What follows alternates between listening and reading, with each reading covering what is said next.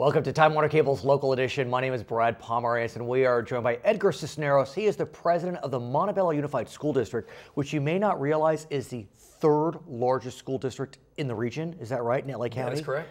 How many students? 30,000 students. Wow. Yeah. How many cities? We've got 9 to 10 cities and communities, and Right. we represent Bell Gardens, Montebello, Commerce in full. It's a huge district, and the great thing is you're a graduate of the district. Absolutely. So you must feel real good about I that. feel really proud. 15 years ago I graduated, and this year as president I'll be handing out diplomas to all of our graduates. And you have a relative in the school district, is that right? I've got actually my son, who's a kindergartner, and a kindergartner to be with my daughter. And let's talk about kindergarten, because I remember when I went to kindergarten, in the 20th century, we had half days. So some kids went in the morning, some kids went in the afternoon. But there's this notion that maybe we should shift. And Montebello is doing that. Absolutely. It's no secret the more instructional minutes, it translates into more math, more reading for the students, and we've got to go full day so that our students can take advantage and so that they're learning at every level to where they should. And so starting this fall, every single elementary school in Montebello Unified will be full day?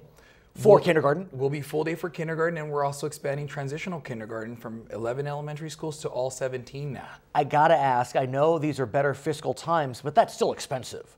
So how are you managing that, my friend?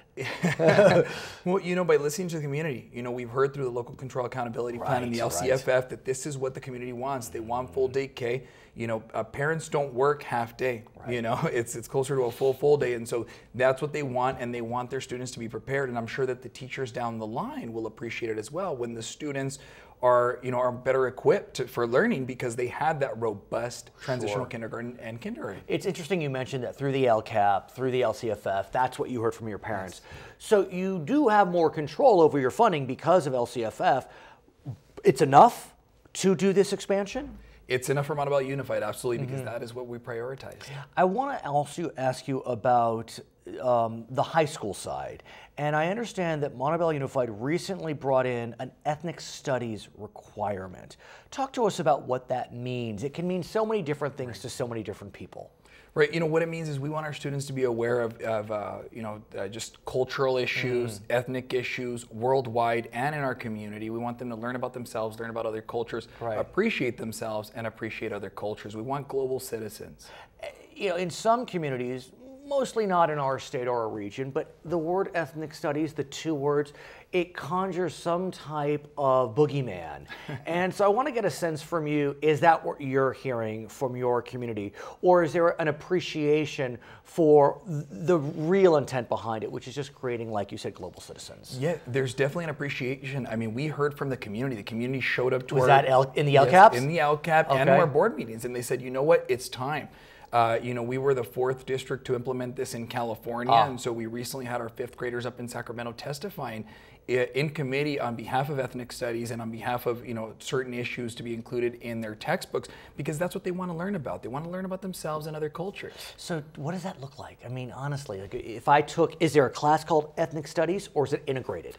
So it's integrated. We want to do ethnic studies. We also want to do, implement world studies and diversity studies. So they're learning about other cultures, and they're learning about other cultures' experience in the United States, and then people that, and people from other walks of life, LGBT issues and different, and different issues like that. So it's not just focused on, let's say, what's happening in the Southwest with large Hispanic populations, maybe Asian populations. You're really looking at our global community. Absolutely, because we need global citizens. That's what we have to produce. Has it been implemented yet?